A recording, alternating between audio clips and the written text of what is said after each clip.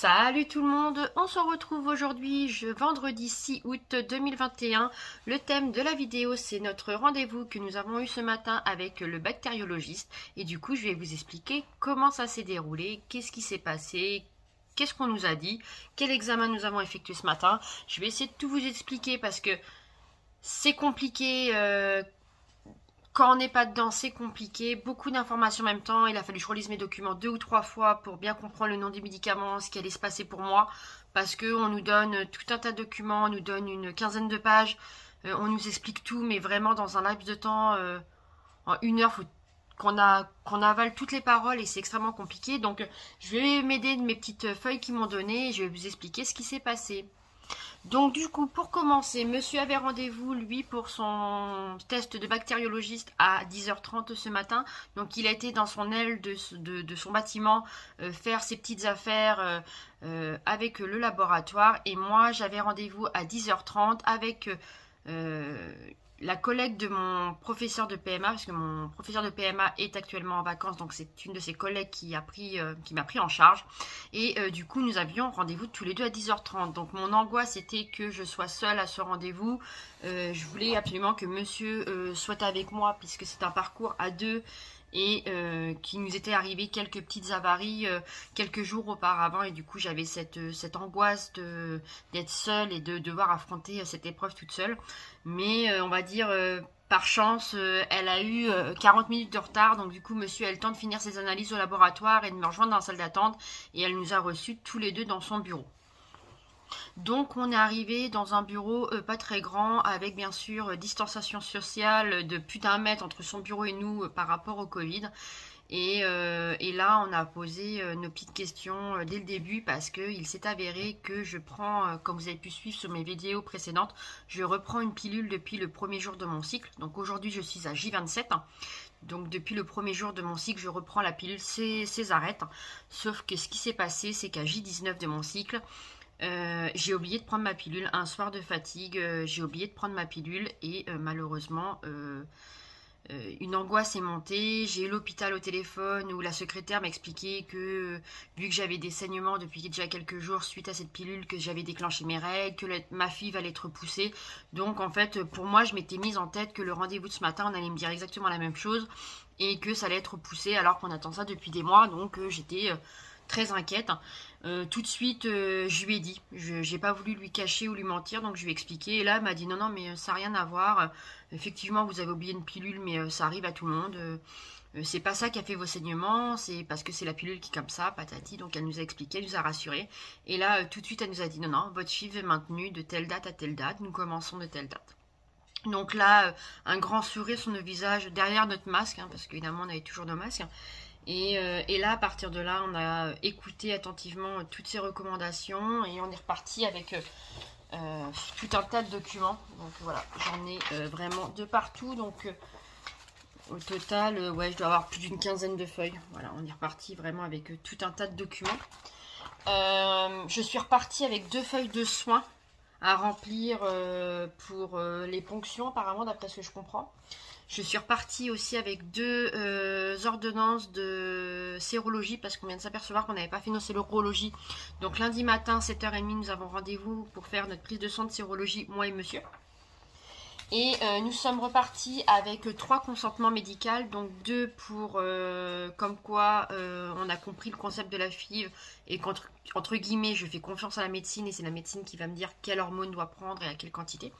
Et un consentement bien sûr médical pour la ponction, ce qui va se passer, que je vais être en anesthésie locale, que je vais avoir des médicaments en intraveineuse, que je vais rentrer à 7h30 le matin et que je vais ressortir qu'à 16h30, que monsieur doit rester tout le temps avec moi parce que malheureusement avec le Covid il n'a pas le droit de sortir. Donc voilà, on est ressorti vraiment avec énormément de documents et le document le plus important c'est celui-là. C'est bien sûr c'est celui-là. C'est celui-ci, où vraiment tout nous est expliqué de A à Z, donc à partir de quand je dois arrêter ma pilule jusqu'à le jour de ma ponction, du moins la semaine de ma ponction, parce que pour le moment nous n'avons pas de jour, parce que ça sera les sages-femmes qui vont le décider en temps et en heure. Donc j'ai commencé à reprendre ma pilule le 11 juillet, et je vais arrêter ma pilule le 15 août inclus. Donc le 15 août au soir, je prends ma dernière pilule, et après c'est fini. Je n'aurai sûrement pas de règles à la suite, ou peut-être des petits saignements comme j'ai depuis quelques jours, bien désagréables bien entendu, mais je n'aurai pas de règles jusqu'à, si ma fille fonctionne, je n'aurai pas de règles pour 9 mois, si ma fille ne fonctionne pas, j'aurai mes règles mi-septembre. Donc à la suite de ça, elle nous a expliqué quelles injections j'allais avoir, la quantité de médicaments et d'injections que je vais avoir. Tout à l'heure, je vais aller à la pharmacie commander mes médicaments en avance parce que je préfère être organisée. Donc, je vais avoir des injections de Ferristar. Donc, voilà, de Ferristar. Donc, l'unité, ça sera 87. Donc, il faudra que je fasse appel à une infirmière parce que ça sera 2 flacons. Donc, il y aura un flacon entier et il y aura un flacon de 75. Donc, elle m'a dit de voir ça avec une infirmière, que l'infirmière me le fera. Donc, ça, je l'aurai dans le bas du ventre. Cette piqûre-là, je l'aurai dans le bas du ventre. Ensuite, je vais avoir du Orgulant. Non, pardon, Orgalutran, pardon, excusez-moi. Pareil, ça c'est en ampoule, ça ira dans le frigo et je crois que si je me trompe pas, c'est en injection aussi. Je suis pas sûre, mais je crois aussi. Je vais avoir donc la fameuse piqûre au vitrel. Ça, je ne vais en avoir qu'une seule, c'est un stylo. Le jour où faudra déclencher mon ovulation. Je vais avoir du Décapril, c'est pareil, c'est des ampoules. Alors si je me trompe pas, ça c'est en sous-cutané aussi, mais ça va être dans les épaules. Si on se trompe pas, ça sera un piqué dans les omoplates. Je vais avoir aussi un flacon de bétadine pour ma ponction. Et je vais avoir aussi des ovules de progestérone à m'injecter en ovules le jour de la... Ça y est, je perds mes mots. Le jour d'Ovitrel, à partir du jour d'Ovitrel jusqu'à quelques jours après la ponction, d'après ce qu'on a compris. Mais tout ça, ça va m'être expliqué au fur et à mesure parce que c'est pas évident. Donc il y a peut-être des informations que je vais vous donner là que j'ai peut-être pas compris ou je m'en excuse, mais c'est extrêmement compliqué. Eux, ils parlent de ça, ils ont l'habitude et nous, on est un peu démunis. Ils parlent des médicaments comme s'ils nous parlaient d'un vêtement ou d'une paire de chaussures. Et c'est vrai que c'est des médicaments qui sont assez compliqués. Donc là, d'après ce que je vois, donc effectivement, je risque peut-être d'avoir 2 injections avec l'Ovitrel. En fait, il parlerait peut-être de Ovitrel et Décapril peut-être en même temps. Tout dépendra de mon taux de LH dans le corps au moment de ma dernière surveillance. Donc, il faudra qu'on voit. Ça se trouve, j'aurai que Ovitrel, mais il y a moyen que j'ai les deux. Eux, ils partent sur les deux pour le moment. Donc, voilà. Ensuite... Donc ça c'est mon ordonnance de bactériologie. Avec tout ce qui est plaquettes, tout ce qui est anticorps. Donc voilà. Et ça après c'est les feuilles pour mes surveillances. Donc il faut savoir que je vais commencer mes surveillances. Donc je vais commencer par le début. Je commence mes injections le 20 août. Et je commence les surveillances à l'hôpital tous les 2 jours le 24 août au matin. Donc j'aurai prise de sang et échographie. Donc le 24, le 26 et le 28, je passe ma matinée à l'hôpital avec les infirmières et les sages-femmes à remplir les dossiers et à faire mes prises de sang et mes échographies. Et en fonction des résultats, ils m'appelleront entre 14 et 16 heures pour ajuster mon traitement. Soit on augmentera les hormones, soit on les baissera en fonction du taux de LH que j'aurai. Je sais que ma ponction ovarienne est prévue semaine 35. Donc semaine 35, ça tombe la première semaine de septembre, donc la semaine de la rentrée scolaire. Donc on sait que ça va se passer là. Et pour l'implantation, nous n'avons pas de date. Tout dépendra de la ponction, tout dépendra comment ça va se passer et comment mon corps va réagir. Parce que suite à la ponction, mon corps peut être fatigué. Ça peut partir en congélation et je peux être transférée que 1 ou 2 cycles plus tard. Je ne l'espère pas, donc on verra ce que ça va donner. Mais voilà, donc ça avance. On réagit pas. Honnêtement, autant qu'au rendez-vous du 8 juillet, on a pleuré, on était content, mais moi j'ai pleuré de joie.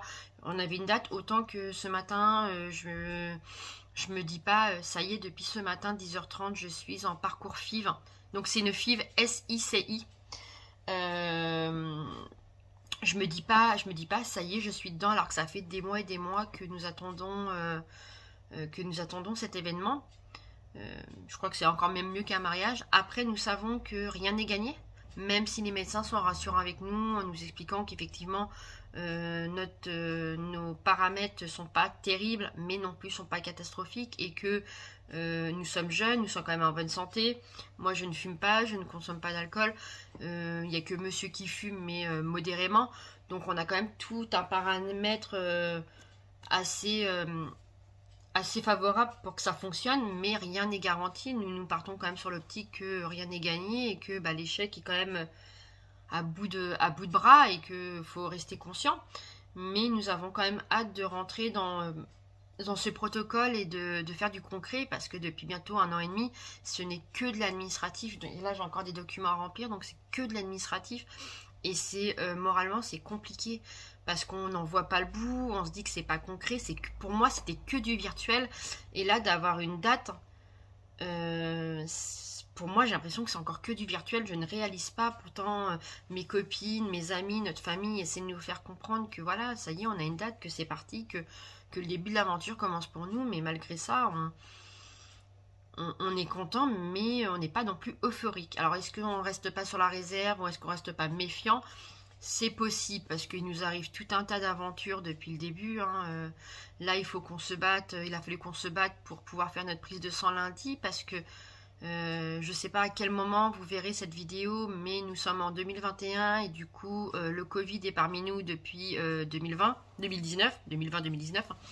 Et à partir du lundi 9 août, il faut un pass sanitaire pour rentrer dans les hôpitaux. Et nous, pour le laboratoire, c'était compliqué. Et on a réussi à trouver un laboratoire où il n'y avait pas besoin de pass sanitaire pour aller faire notre prise de sang.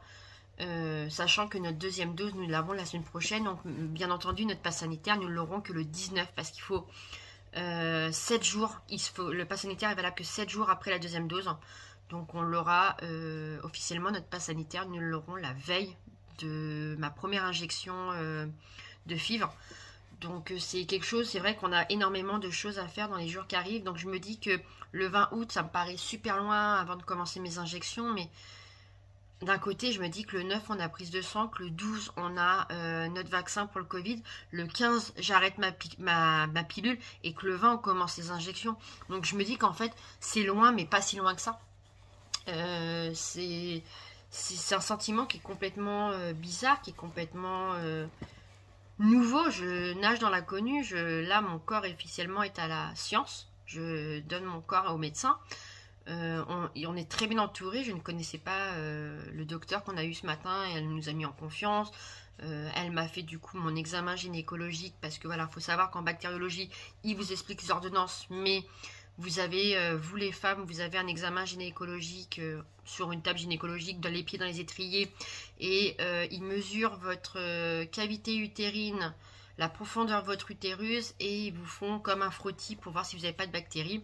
Et pour les messieurs, ils vont dans le laboratoire, ça se déroule comme un spermogramme, il y a un recueil de faits, et c'est parti en laboratoire pour savoir s'il n'y a pas de bactéries pour le jour du recueil, et pour voir si ça peut, s'il n'y a pas de maladie, tout simplement. Donc voilà tout ce qui s'est passé ce matin, et à la suite de ça, elle m'a parlé, elle m'a rassurée, elle nous a dit que voilà, on a vu énormément de bâtons dans nos roues. Voilà, depuis le mois de décembre, on m'a dit que je n'aurais jamais d'enfant parce que j'étais trop grosse, parce que voilà, j'ai quand même perdu plus de 21 kilos. À l'heure d'aujourd'hui, je suis à moins 21 kg 300. Donc déjà, ça pour moi, c'est une fierté. Je suis bien dans mon corps, je suis bien dans ma tête. Et je me dis que mon IMC est bon pour la FIV depuis bien longtemps maintenant, parce que mon IMC est de 28. On me demandait de base dans le premier centre un IMC de 30. Là, je suis à 28, donc je sais que je suis tranquille. Malgré que je continue à perdre, et malgré que je fasse quand même attention à ce que je mange et que je continue. On a eu énormément de bâtons dans les roues, donc c'est pour ça que ce matin j'étais sûrement dans un état d'angoisse, parce que j'avais encore peur aux mauvaises nouvelles. J'ai toujours cette appréhension de voir le côté négatif et de ne pas profiter de l'instant, mais je pense que ça a été le côté traumatisant qu'on a eu au mois de décembre, du premier professeur qui nous a parlé. Même à un animal maltraité, on lui parle pas comme ça. Donc après je reviendrai pas dessus, mais je ferai pas de pub à cette personne-là. Pourtant ça se passe bien avec d'autres personnes, hein. J'ai un membre de ma famille qui l'a en tant que professionnel gynécologique, ça se passe très bien, et moi c'est pas passé, hein. Mais voilà, les goûts et les couleurs de chacun, c'est complètement différent. Donc du coup c'est pour ça que j'avais un petit peu peur ce matin. Je reviens sur un point, je viens de m'apercevoir que ça me revient. Pour la ponction, il ne faut pas que je sois maquillée, il ne faut pas que j'ai mes lunettes, il ne faut pas que j'ai mes piercings, il ne faut pas que j'ai aucun vernis à ongles.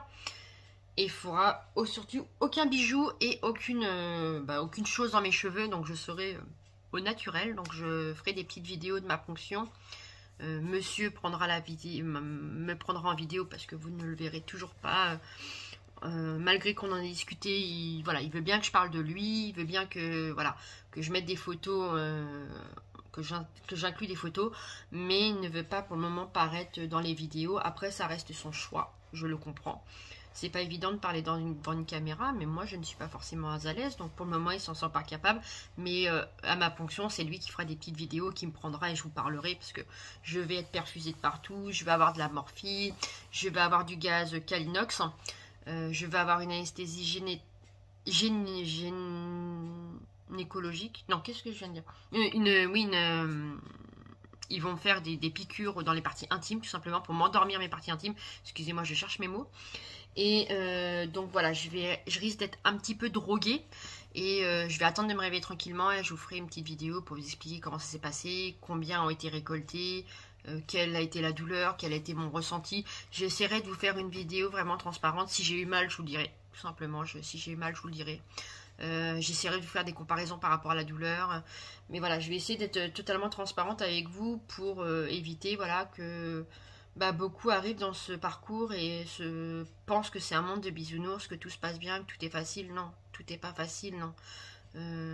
Loin de là, les femmes qui sont trop en sous-poids, on leur demande de prendre du poids. Moi, j'étais en obésité, on m'a demandé d'en perdre. Vous fumez, on vous demande d'arrêter de fumer. Vous faites trop la fête, on vous dit non. Vous prenez des médicaments, on vous dit que c'est pas bien. Donc voilà, en fait, c'est une bataille constante et je pense que tout ça, c'est pas assez expliqué et pas assez démontré. Donc c'est pour ça que moi, j'ai décidé de faire cette petite chaîne YouTube pour vous expliquer un petit peu tout ça. Maintenant, il ne me reste plus qu'à m'arranger avec mon employeur pour pouvoir assister à mes surveillances. Mais ça, il n'y avait aucun problème, il était prévenu.